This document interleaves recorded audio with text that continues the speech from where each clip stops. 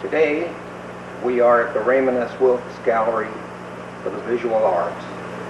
This is an exhibit of Elise Mitchell Sanford called Dreams and Other Realities. This is the second of her series, the first being photographs of women. This is photographs of men in various roles.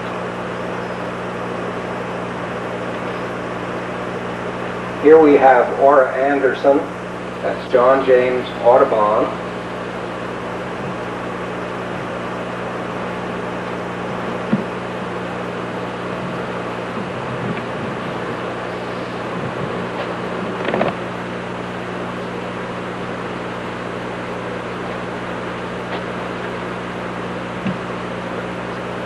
This is Lawrence Larson as Eleanor Roosevelt. Stanley Grion as Fred Astaire. Nicholas Dinos as the Ali Pasha of Janina. Dinos as Benny Goodman.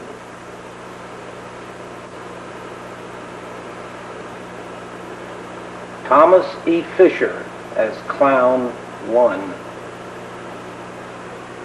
J. David Stewart as Humphrey Bogart. Danny Motes as the Mouseketeer.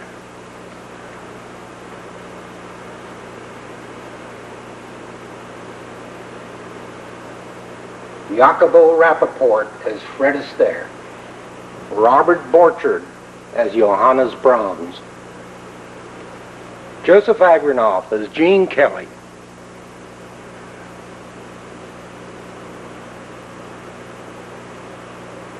James Alsberg as his grandfather. Alvin S. Kaufman as George Bernard Shaw.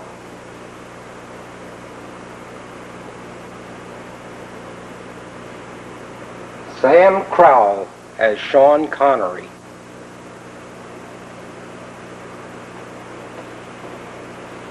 Frank Knopf, artist as a cowboy.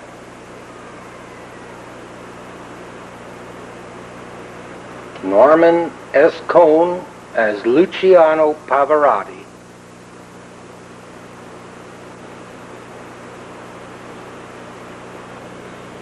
Norman Cohn as Clark Gable.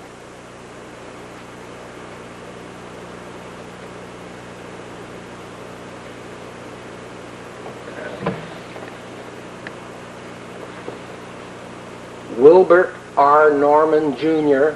as Wilbert R. Norman Sr.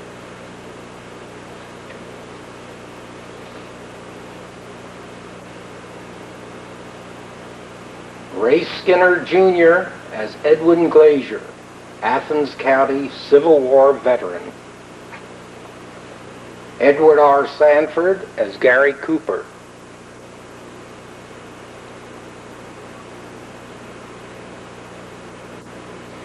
Raymond O. Lane as Ansel Adams.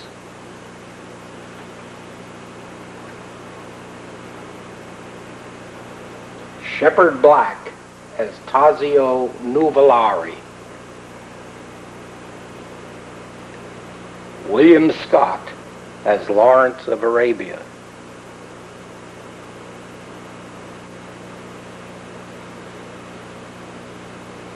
Thurlow R. Robe as a samurai.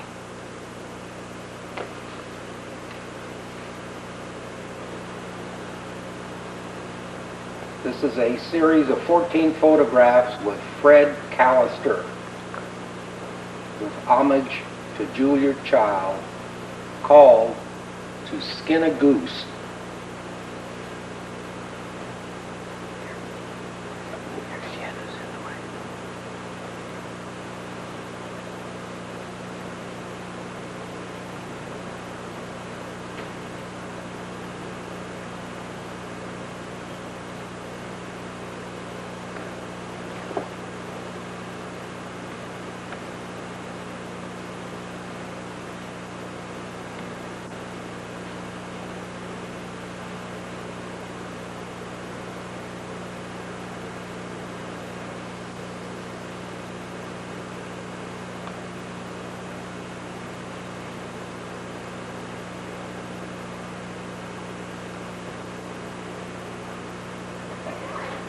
Richard Bracken as Anna Russell.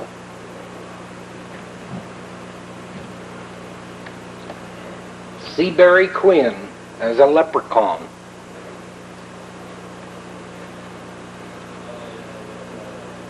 Fred Callister as Julia Child.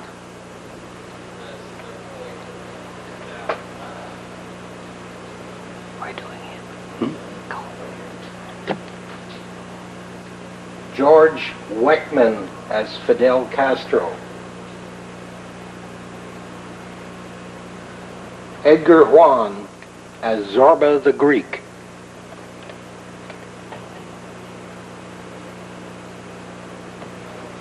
Stanley Grion as his father, Alexander N.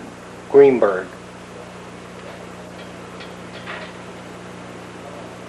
Laura Anderson as John James Audubon. Alan Cohn as Norman Bates in Psycho.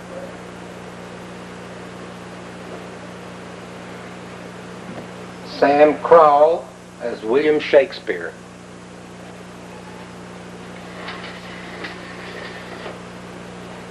J. David Stewart as Humphrey Bogart in The African Queen.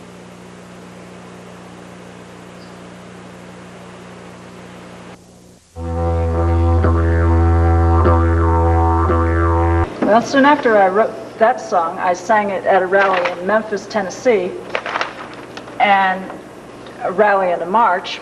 And during the rally and the march, I heard some slogans of the pro-choice movement that I hadn't really heard before. And fortunately, one of the people traveling to Memphis with me had a good memory, and she remembered, and on the way back she told me what a number of those slogans were, which I had kind of blocked out. And having written them down then, I made them into this song, which we did later.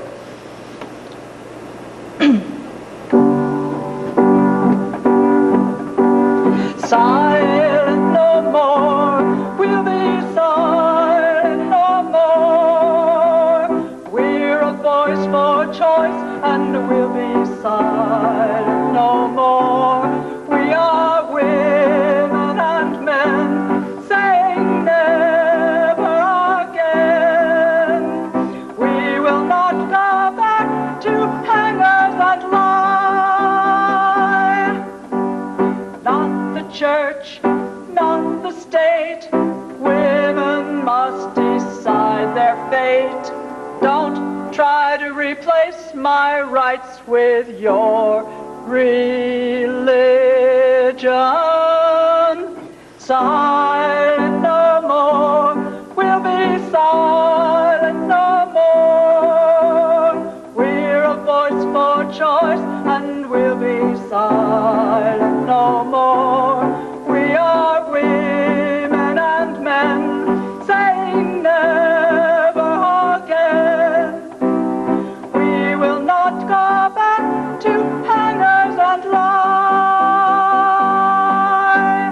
Clap your hands, raise your voice. U.S. people are pro-choice. What do we want? Women's choice. When do we want it? Now. Silent no more, we'll be silent no more.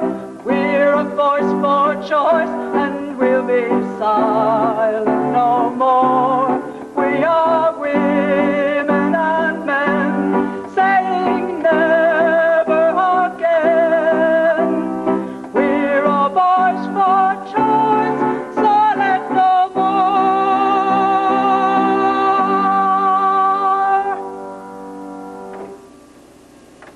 Seem to believe that you need to be mechanically gifted in order to participate in public access, but certainly anyone who knows me personally knows that quite the contrary is the case.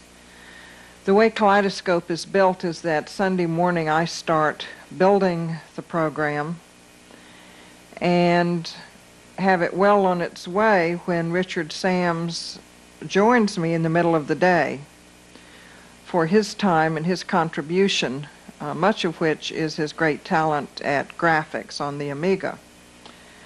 So I attempted to start building Access this morning and could not get the sound to work in the studio, so not wanting to be daunted, I'm going forward with my trusty microphone right here in the editing suite. This week has been a time for reflection and gratitude on the part of many participants in public access, and I'd just like to review a partial list of things that I, for one, am thankful for in regards to public access. I am thankful to Guy Phillips for the generous donation of our excellent studio space at 8 North Court, for the excellent leadership and support of the Athens Cable Access Center, the Governing Board of Public Access, current members of which are Gerald Chorba, Chair, David Baer, Pat Elazar, Jamie Tevis, Robert Shostak, Mark Smedley, and Greg Mergen. Thanks so much for your time and leadership and your attendance at the monthly board meetings. I am thankful for the skills and interest of our executive director, Ken Dobo, and for the enthusiasm and skills of our assistant director, Ray Beach. Sincere gratitude goes to those 5 council members who voted to allow public access to disengage from city control into the hands of a citizen board. We're trying very hard to live up to your expectations and keep faith with the citizens and city government and cable subscribers. If you don't like something you see on the cable, give us a call. If you don't like a position one of our producers takes, give us a call. We welcome counter-programming. I take responsibility for the parts of Kaleidoscope that demonstrate a political stance, such as some of Jan Hillegas's songs that we just saw. But public access welcomes counter-programming, certainly. Everyone is not only free to express their opinion, but actively solicited. Thanks to Continental Cablevision. Thanks to George Bain for loan of a much-needed typewriter. Thanks for the donation of a vacuum cleaner and elbow grease by board member, producer, and office volunteer, Jamie Tevis. Thanks for the donated time and talents of the many camera operators. Thanks to the Athens Messenger for regularly running our weekly column. This week you may notice there's an interesting headline to our column, but that is primarily due to the fact that the column had to be in a day early and we were there a little late with our column. But you might note the headline on this week's public access column. Thanks for the donation of a Thanksgiving dinner for 4 by the OUN as the prize in the recent Video Volunteer raffle. Thanks to Lois Call, our newest office volunteer at Public Access.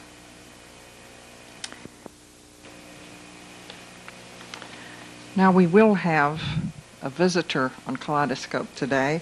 I'm not sure just who it will be, but I promise you we will have a visitor. I left a message for a couple of interesting Athenians inviting them to join us, but they may be out of town for the holiday. Just a few news items I'd like to bring to you. One from New York City. A judge has ordered 4 city officials to spend a night in an emergency welfare office, saying they are most responsible for homeless families being forced to sleep in filthy, unsafe conditions there. They were told that they have to stay in a welfare office sometime in the next month until every family that applies for shelter that night gets it. They had, the judge had threatened to have the mayor of New York himself spend the night and in the welfare office, but instead he has let a number of deputy mayors fill in for the mayor. In Hamburg, Germany, we see the woman was killed by a gun disguised as a pen. A woman died after being shot by a gun disguised as a ballpoint pen that her ex-husband was handling. We know about ex-husbands in other cases. At times. The man, 54, told police he did not know the device was a weapon. He is under investigation for a possible charge of accidental homicide. The shot was fired as the man fiddled with the weapon, which he said he had found on the street while taking a walk. They had met to celebrate the woman's 48th birthday. So be careful, and if you find a ballpoint pen on the street, don't take it for granted that it's a ballpoint pen. Certainly don't fiddle with it until you have ascertained whether or not it is. And some other bad luck. A man in Columbus, Ohio has been indicted after telling a class full of people that he killed a man in 1979. Prison counselor who told a class that included 2 police officers that he killed a man 13 years ago was indicted Wednesday.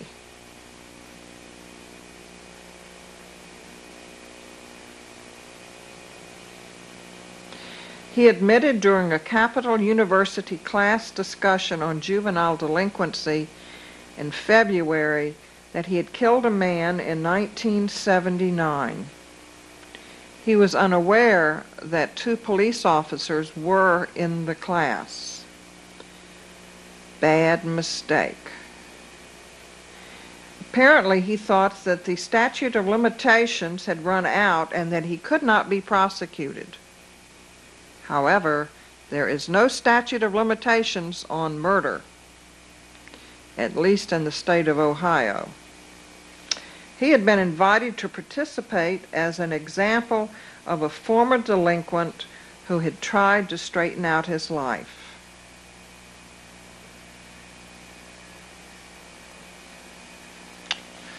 Be aware, if you murdered somebody, mum's the word. Although I don't recommend people murdering people. Be aware there's no statute of limitations. It has seemed like a crime to me. People that, for example, escaped or have been on the run for 20 or 30 years sometime and have made a good adjustment in society, for them to be found and sent to the clinker after proving that they could make it in the world. Well,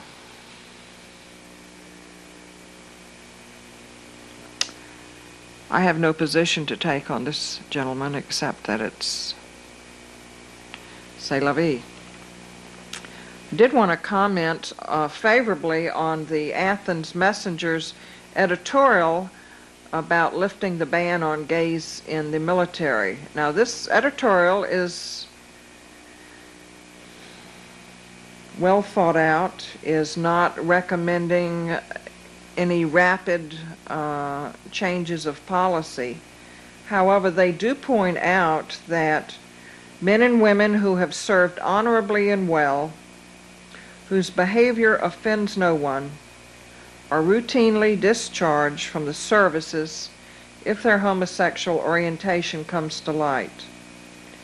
How many of the 17,000 homosexual men and women expelled from the services in the last decade fall into this category, no one knows, but they have suffered an injustice. The Messenger editorial goes on to say that policy changes should proceed cautiously, with maximum regard for the views of America's military professionals. Well, this brings up a natural transition here on Kaleidoscope, because we will be taking a look at some person-on-the-street interviews and finding out what you, the citizens, feel about lifting the ban on gays in the military. Thanks to the efforts of Guy Rosario, who is a new Kaleidoscope associate producer, and hopefully will be bringing us weekly man-on-the-street interviews. The woods looking for ginseng. It's a plant that you dig the roots. The roots sell for $228 a pound.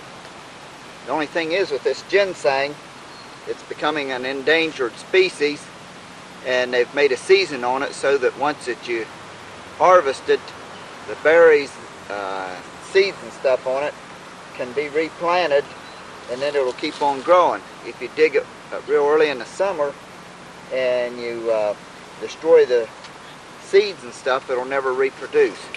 The season comes in August the 15th, and anytime that you dig it, what you should do right in the same area where you dig the root out, put the seeds and stuff back, and the plant will come right back up.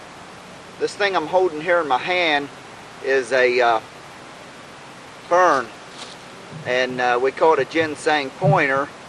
And what I always say about a ginseng pointer is any place that the soil is good enough for the ginseng pointer to grow in, the soil's good enough for the ginseng to grow in. The only thing is when people's out in the woods and they're harvesting the ginseng, they always leave the pointer. So the pointer is always there, and then the ginseng can be gone. But I always say wherever you see this little fern-like plant growing, well, the soil's good enough for the ginseng to be in that area. I've dug the ginseng here before, and I left some of it, and I always leave the small stuff so it'll mature, and you always have ginseng at a later date there. Another thing, when you dig this, you have to wash it and dry it and everything, and then we take it to a guy that's buying roots, and then he sells it to another man usually, and then it goes on to a foreign country, usually Japan or China, or one of them buy it. They claim it has a lot of medicine background, and then they say it's an aphrodisiac or something, and those people, they use it a whole lot there. Another thing I might mention about it, you may come through here this year and you might see this ginseng, and you may come through here next year and you won't see it. It doesn't come up every year. I've even heard some people say that it'll lay dormant for as high as 4 years, and then you come back and then you'll see it. But a lot of times you'll come through and you'll say, well, there's no ginseng here, and then you'll come back at a later date and you'll say, well, how in the world did I miss that? It was just a year that it hadn't came up and stuff. I'm going to have Brian, he's here with me helping me film and stuff, and I'm going to have him zoom in now so you can see these little berries and stuff, and I'll tell you a little bit more about this ginseng plant and stuff. This ginseng right here is a little two-prong, and the reason you can tell it's a two-prong, you got one prong coming up here to the right and one coming up to the left. Then right in the center of it you'll have your little pod with your berries and stuff on it, your seeds. And you can see this one here's only got about really just 2, maybe 3 or 4 seeds, but there's 2 real good seeds there that's going to ripen and then drop off. Then right behind it here, I don't really, can you get this one, Brian, right here? It's another little two-prong, and it hadn't been here long enough to form any seeds on it, so it's just a real small one. Now a lot of times you'll find this ginseng and it'll be 14, 15, maybe even 16 inches high, and it'll have a real nice stalk on it. And, I looked around here to see if I could find any bigger, but I never found any of it. Another thing I may mention right here in the background is a great big old stump, and that's where you always want to look for ginseng, is around old dead stumps and old dead trees and dead decayed logs and stuff. That's a good area where you can find it. When I first came in here, there was a real nice great big 4-prong right there. Of course I went ahead and harvested and left this smaller stuff. Another real small 2-prong stalk of ginseng. It's about 20 yards or 30 yards from where that other's at. That's another thing, the birds carries these seeds from one spot to another when they pick them up. And once you find it, you want to walk around a little piece, and then you'll find the sang in another area just a few feet away. A lot of times you'll find it on the side of a hill, and a lot of times when it's raining or an animal travels through, they'll hit the seed and it'll roll. That's another thing. If you find it on the side of a hill, you want to go down the hill and look for it down below where it just rolls down the bank, or the wind blows it. If it be a real heavy windstorm, it may knock it off from the plant and carry it downhill and stuff. This one here is growing right in beside of a great big tree, and most of the time you won't find it in this clear of an area. Most of the time it's right in where there's a lot of brush and stuff. Another thing you want to watch when you first see it, it favors poison ivy or poison oak a lot. It's got 5 leaves the same as they have. So you want to watch when you first start hunting for it. Now at this time everything's green, but a little later on in the season the berries will turn a real bright fire engine red, and the plant will turn a real pretty yellow, and then you can spot it. That's about all at this time, and we'll see you next week and we'll have something else.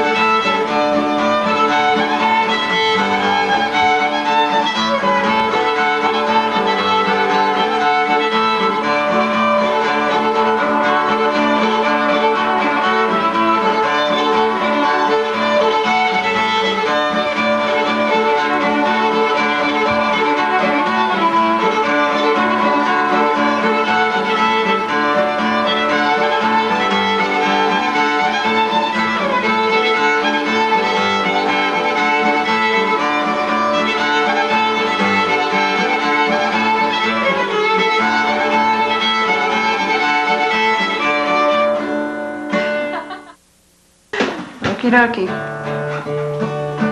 School days, dear old golden rule days, reading and writing and arithmetic, taught to the tune of a hickory stick.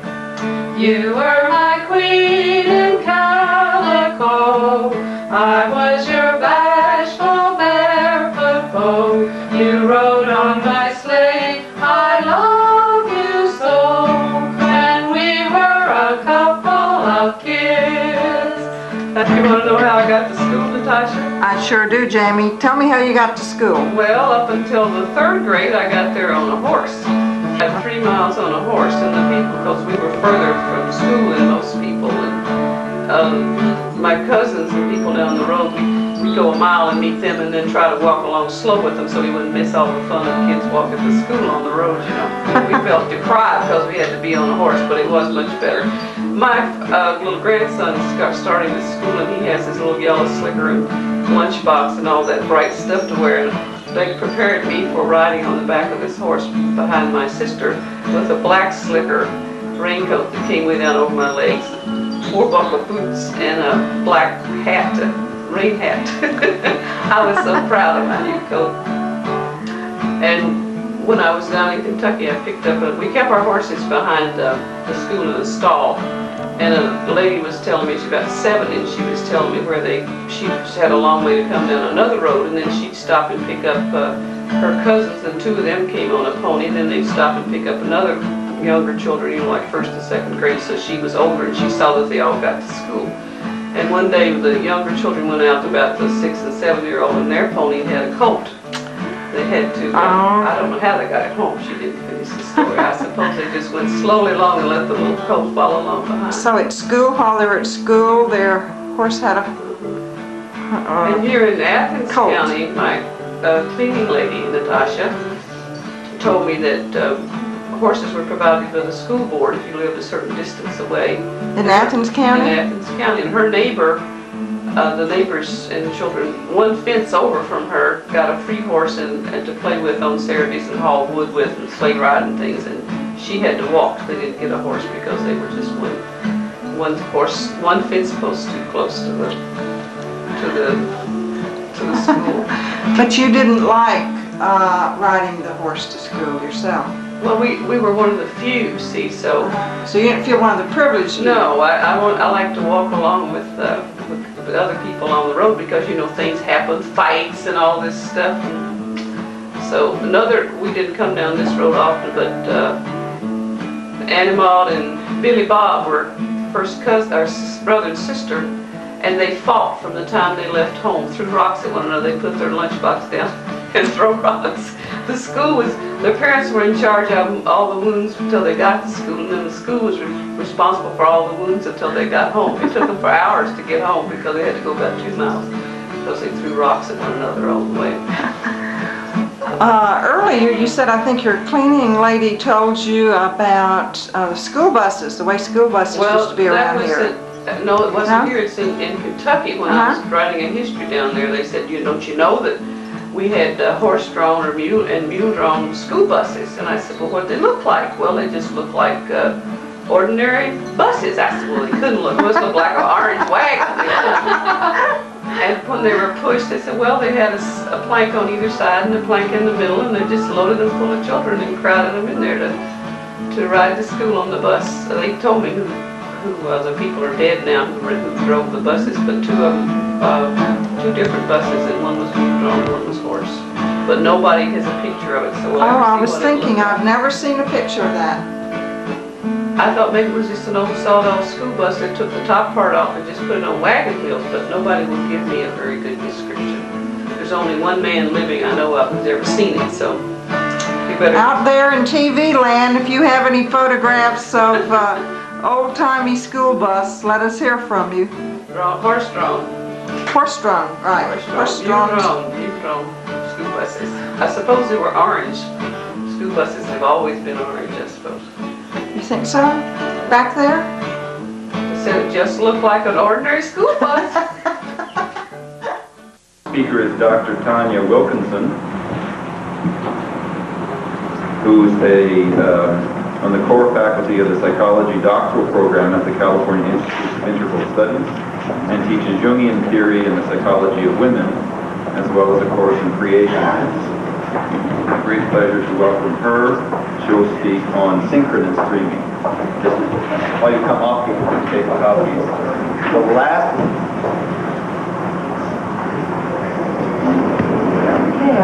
to just make one correction to the program. The name of my paper is Synchronous Dreams in Psychotherapy rather than just Synchronous Dreams. I wanted to make that correction because, of course, synchronous dreams occur in all kinds of relationships. Sure. And also, how's that? Is that better? Getting better. Yeah. How's that? Good. All right. Feels like it's attacking me. I don't know. Okay, I just wanted to. Can you hear now? Yeah. All right. I just wanted to make a correction that the paper should be called Synchronous Dreams in Psychotherapy. Synchronous dreams occur in a lot of relationships, but the only ones I have really studied for this purpose of this paper occur in psychotherapy, so I just wanted to clarify that.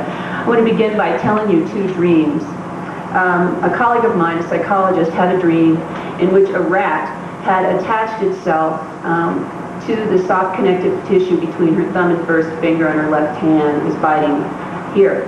And it was quite painful. It was biting down very hard, and she was tempted. She felt in the dream, what I should do is fling my arm back and forth in an attempt to fling the rat off. She realized that that would probably not work, and she also realized that the rat was terrified. And so she stroked the rat to calm it down, and eventually was able to get it to relax its mouth and detach it from her hand. That was the whole dream. 2 days later, she was seeing a client in psychotherapy, and he told her that 2 nights previously, the same night she had had her dream, he had dreamed that a rat had attached itself to the soft connective tissue between the thumb and first finger of his right hand, and that in fact he flung it back and forth in a desperate attempt to get the rat to detach and fly off of his hand, and that out of nowhere a hand came and stroked the rat and calmed it down and detached it from his hand. Now, if you're like me, you feel sort of awestruck when you hear a story like this, assuming it's told to you by a reputable person that you believe, which my colleague was. And since I began researching dreams of this kind that occur in psychotherapy, I've heard 9 such stories, and each time I hear a story, I feel sort of thunderstruck. You know, what can this possibly mean? The temptation, I think there is a temptation to search for a reductive explanation that will kind of give you a handle on this mysterious phenomenon that, you know, the awe that you feel, or that I feel anyway, is a little bit uncomfortable.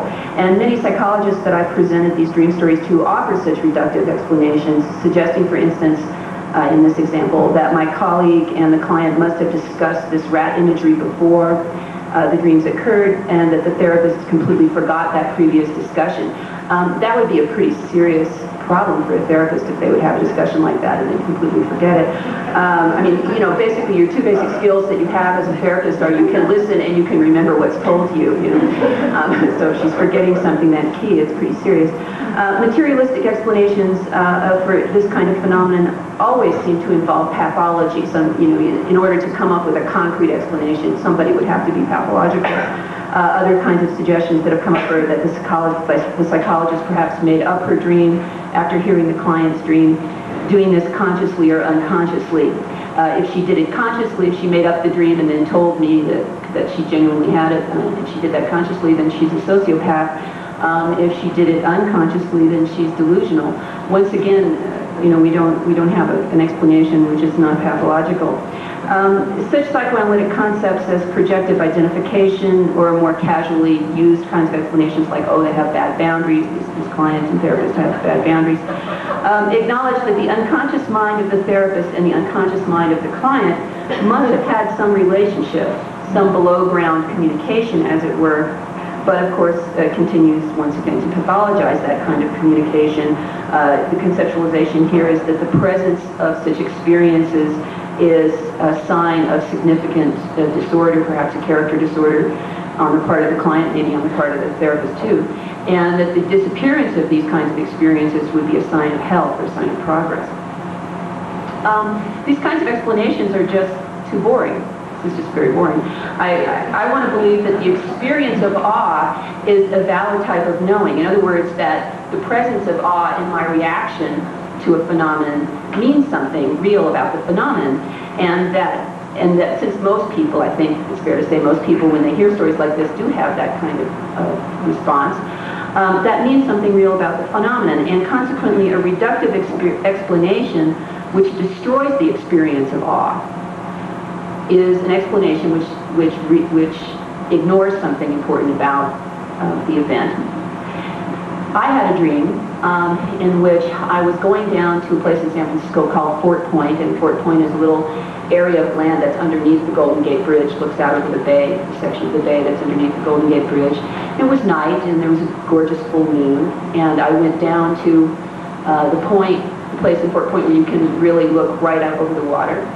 And underneath this full moon, right under the Golden Gate Bridge, these large killer whales were sort of dancing and playing. There was a school of killer whales, and they were acting a little bit the way they act in the marine world, you know, leaping up and very extravagant. And I could see below the water that there seemed to be lights underneath the water, and my thought was, I wonder if there's a car under there with its headlights on. And that was the end of the dream. A few days later, a client, you can see what's coming here, but a client came in to see me in my psychotherapy practice, and he said that he had dreamed that he had been driving down Fort Point, and it was night, beautiful full moon, and that he came to Fort Point, and instead of stopping and parking and looking at the bay in the moonlight, he went straight off the edge, hit the water, sank down to the bottom of the bay, and his headlights were still on. And so that he was sitting at the bottom of the bay underneath the Golden Gate Bridge with his headlights on, and it was an old Volkswagen Bug, so it was an airtight, so water didn't come in. You remember the old commercial that the airtight Bug? So he had a little while before he drowned, and that he realized as he was sitting there at the bottom of the bay that killer whales were gamboling all around him, leaping up and down. Well, I was more than thunderstruck. I was actually terrified. It was one of those moments, although I've been in practice quite a while, where you say to yourself, if I can just kind of hold on, thank God it's only 15 minutes, and then I call my consultant and ask her what the heck this means. And I never did come to understand fully what it meant in terms of that client, but it was the obvious impetus for beginning to collect these stories and try to understand what was happening in psychotherapy when these things happen. I want to have some sort of cognitive relationship to these kinds of events. I'm uncomfortable with the idea that my intellectual concerns are somehow dissociated from these kinds of events, and so I'm looking for an open-minded or open-ended conceptualization that can allow my intellect and my feeling of awe to relate to one another in my efforts to understand these kinds of experiences. And that's my prejudice in the paper, that's my bias.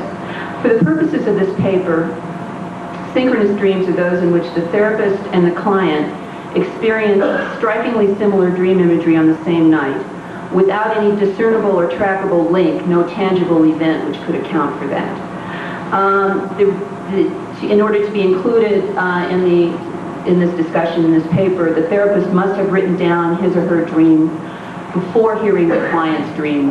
That's my effort to try and eliminate this concept that seems to come up a lot, which is that the therapist is unconsciously altering their dream in order to match the clients for some reason. That's an issue that has come up a lot when I've talked about these events. So in all these cases, the therapist has written down the dream at the time they had the dream, and then heard the client's dream subsequently. I'm not going to tell you a lot of detail about how I collected these things because we simply don't have time, but I'm going to just go straight to the dream similarities. I have collected 9 pairs of these dreams. In all of the dreams, something menacing occurs. In the 2 examples I gave you, the rat, a menacing experience, and in the dream experience that I had, my client going off the edge was so similarly menacing things occur towards the beginning of the dream. Animals are primary actors in all of these dreams. Intense emotion is usually involved in the dreams. And in all of the dreams, the therapist displays what could be called more presence of mind or a more conscious approach to the dream situation than the client. You can see that in both examples, that the therapist is doing a little bit more, has a little bit more of a witnessing position, is less caught up in the intense emotion of the dream, is less affected by the menace, is a little bit more distant from the dream situation than the client is. There is no extended plot in these dreams. They all tend to be episodic, or to have one kind of compact episode, such as the examples I gave you. Neither the client nor the therapist are aware of each other within the dream, nor when they have the dream do they spontaneously associate the dream with the therapy relationship. So this is a situation where the therapist only begins to think of the client when the client tells the matching dream, the synchronous dream. Among differences in among the dreams, only one dream, the rat dream, which I told you at the beginning, or the rat pair dream, the pair of rat dreams that I told you, shows an interaction between the dreams. In other words, this hand that comes into the client's dream and does the same thing which the therapist is doing in her dream on the same night. This is the only sign of interaction, although once again, neither the client nor the therapist were aware of that as an interaction at the time of the dream. In other words, when his hand came in, the client didn't think to himself, oh, it's my therapist's hand.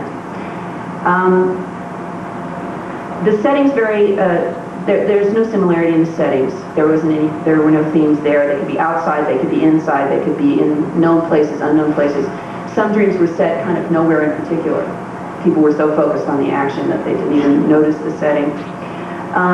And there may be other people. There may be people in the dream, other people in the dream, or there may not be. Typically, the dreamer is interacting with the animals in the dream rather than other people. I interviewed the therapists involved. I wasn't able to interview the clients for a variety of reasons. And all of these therapists and all of the clients are between 35 and 45 years old. They're from a wide range of ethnic backgrounds. All of these dreams, except for one, occurred in opposite-sex pairs. Okay, so that all of them, except for one, were either the client was male and the therapist was female, or the therapist was male and the client was female. Anyway. And in all cases, this is from the interview material, not from the dream text, obviously. In all cases, the client's diagnosis was with a character disorder, primarily narcissistic character disorders. And for all but one client, the therapist suspected repressed trauma, but there were no specific memories of trauma. But in other words, there were secondary kinds of symptoms of trauma, history of trauma. One thing that was extremely interesting that came out of the interview data with the therapists was that the nature and state of the therapeutic alliance, both before and after the synchronous dream event, was, in the therapist's opinion, that the therapy was stuck. That was the typical word that they used. If they wanted to sound a little bit more professional, they said it was at an impasse. But basically what they meant by that was that almost all therapeutic sessions were characterized by intense discomfort, that the therapist was uncomfortable, that the therapist's perception was that the client was uncomfortable, that both the therapist and the client felt that there was a lack of progress in the therapy goals, and that neither the therapist nor the client felt that they had a good understanding of the cause of the impasse. In other words, there wasn't an immediate sense, or any kind of sense, that they knew why they weren't getting anywhere and why they were at such an impasse with one another. And in all but one case, these therapies failed, in the therapist's opinion. The therapeutic relationships where these synchronous dreams occurred, the therapist felt were basically fundamentally unsuccessful therapeutic experiences. And this is extremely striking. The other thing that the therapist felt very strongly about these events was that the dream had, these synchronous dreams had occurred somehow to give them guidance. In other words, they felt very strongly, they had this experience of that these were numinous dreams, that this happened in such a way that they were supposed to get something out of it, something which would guide them through the impasse that they were in the therapy, and then, sadly, that they were totally at a loss as to what that guidance was, that they could not discern what they were supposed to get out of this event, or what guidance was attempting to come to them. So what I concluded from this, very simply, and I think it's fairly obvious, is that these synchronous dreams in psychotherapy seem to be most likely to occur with therapists who are working with people in whom the unconscious, in whom unconscious material is highly activated, people with character disorders, but for whom the unconscious material is poorly contained and not very easily worked with, and where there's a therapeutic impasse, a sense of an experience of stuckness. These were also all therapists who were very interested in the unconscious. I didn't collect any synchronous dreams from people who do cognitive behaviorism because they're not asking for any dreams, so who knows if it's happening or not. I think that statement immediately brings to mind Jung's conceptualizations of the way the unconscious can work in relationship, particularly the idea that the unconscious is attempting to provide some form of guidance, perhaps compensatory or otherwise, to the therapist and through the symbolic experience of the dream. The feeling that the dream is attempting to provide guidance was so strong for these therapists that although most of them had a theoretical orientation which would normally pathologize events like this, they expressly did not want to adopt a pathological explanation. They didn't want to see it as an example of, for instance, projective identification or anything else. But they were basically left in that instance without a narrative, completely had no story. They had no way of understanding what was happening to them or relating to this kind of awe-inspiring event. Synchronicity requires that one see the world as a unified field in which subject and object are fundamentally one, in which subject and object are different manifestations of a fundamental reality, what Jung called the unus mundus, or one world, in which matter and psyche are not yet differentiated. The synchronous event brings you to that place where these connections and relationships have occurred without any visible or concrete medium. And these therapists, the therapists who had these experiences, could not see the world that way, and were really could not accept the synchronous event. I think that I just want to read a quote from David Bohm here, the physicist, which I think kind of conveys how you would, a way you would have to kind of consider the world in order to make sense out of an experience like this. He says, and this is a quote that from Bohm, where he's discussing the implications of quantum theory. He says, "It seems that everything in the universe is in a kind of total rapport, so that whatever happens is related to everything else, or that there is some kind of information that travels faster than the speed of light, or that our concepts of time and space have to be modified in some way that we don't know or understand." I think this last comment, this last sentence or phrase is exactly my perception of the condition that these therapists were in when they had this experience. They felt that their concepts of time and space had to be modified in some way which they did not know or understand. And therefore they were unable to use this profound experience in their own opinion.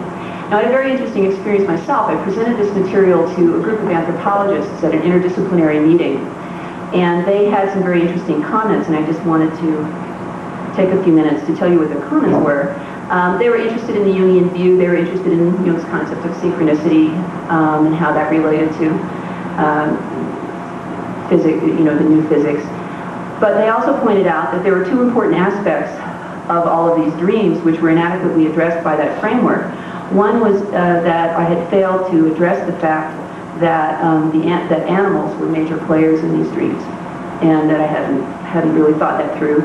And that there was an important item which I forgot to mention to you. I'm sorry.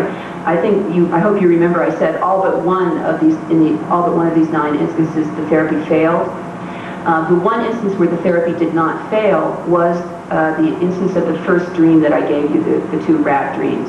And that was also the only dream in which there was some interaction, some discernible interaction between the therapist's dream and the client's dream.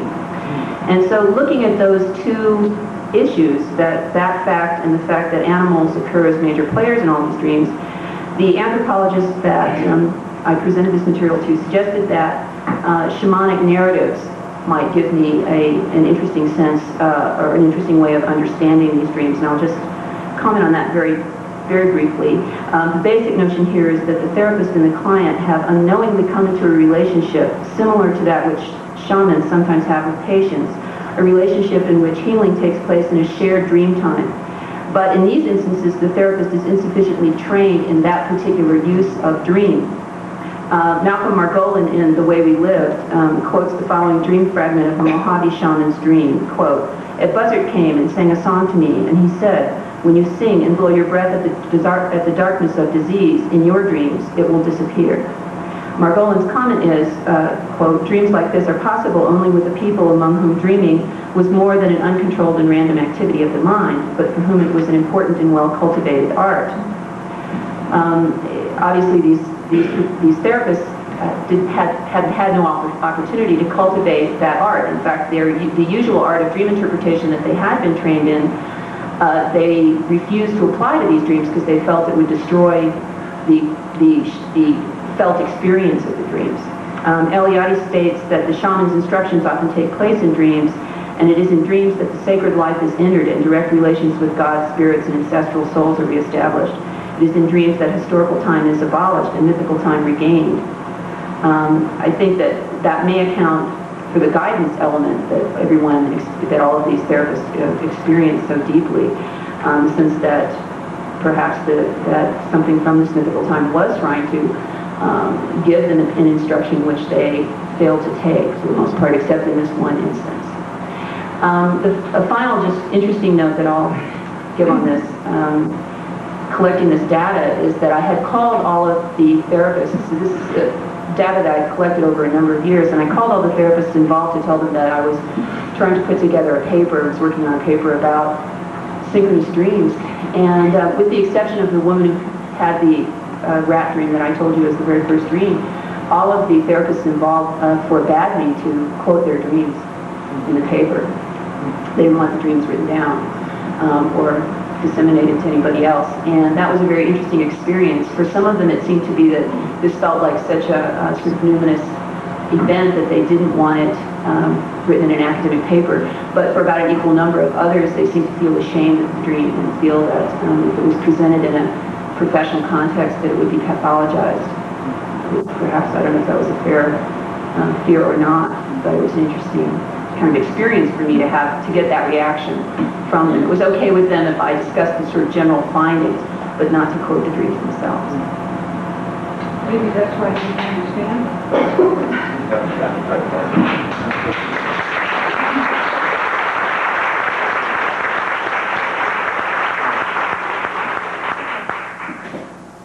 Did any of them share that they'd had the dream with their client? Oh, thank you for asking that. Yeah, that's important. I had left that out. No, none of them shared the dream with their clients. They were so nonplussed by the experience, and also these were very volatile clients. And that's an interesting part of this whole situation. These were clients who tended to be very reactive to any little thing that happened in the therapy. So they were tended to be clients that the therapist felt they were walking on eggshells with in any case. And so they were so unsure about what the effect would be that none of them did that. It was a splendid paper. I'd like to comment from a shamanic point of view, so to speak. In all traditions of shamanism that I know, shared dreaming is an actively practiced technique for knowledge and communication as well as for healing. These are all, in my book, in my mind anyway, examples of shared dreaming rather than a synchronicity in the sense of inner and external events matching each other. That's an interesting and related realm. But I work with an active circle of dreamers, and we regularly find ourselves participating in each other's dreams and sharing the experience. And of course, this becomes available as a tool to use for all sorts of purposes. But in shamanic traditions and in neo-shamanic groups today, for example, playing hide and seek in alternate reality, putting yourself into a lucid dream or light trance meditation, and looking for each other in a landscape chosen by one of you, is a regularly used device. Would obviously be very helpful to some of the therapists you're talking about if they had some information on this wider range and depth of possibility. Yeah, I know what you mean, and I have some of the same feeling, but I also, it's fascinating to me that these things occurred spontaneously without any training, and in fact these therapists were completely divorced from that worldview. Now, the fact that they were completely divorced from that, what we call neo-shamanic or urban shamanic worldview, makes it even more fascinating to me that this happened, though it of course did leave them, was part of what left them at a loss as to how to respond. Let me throw out one more.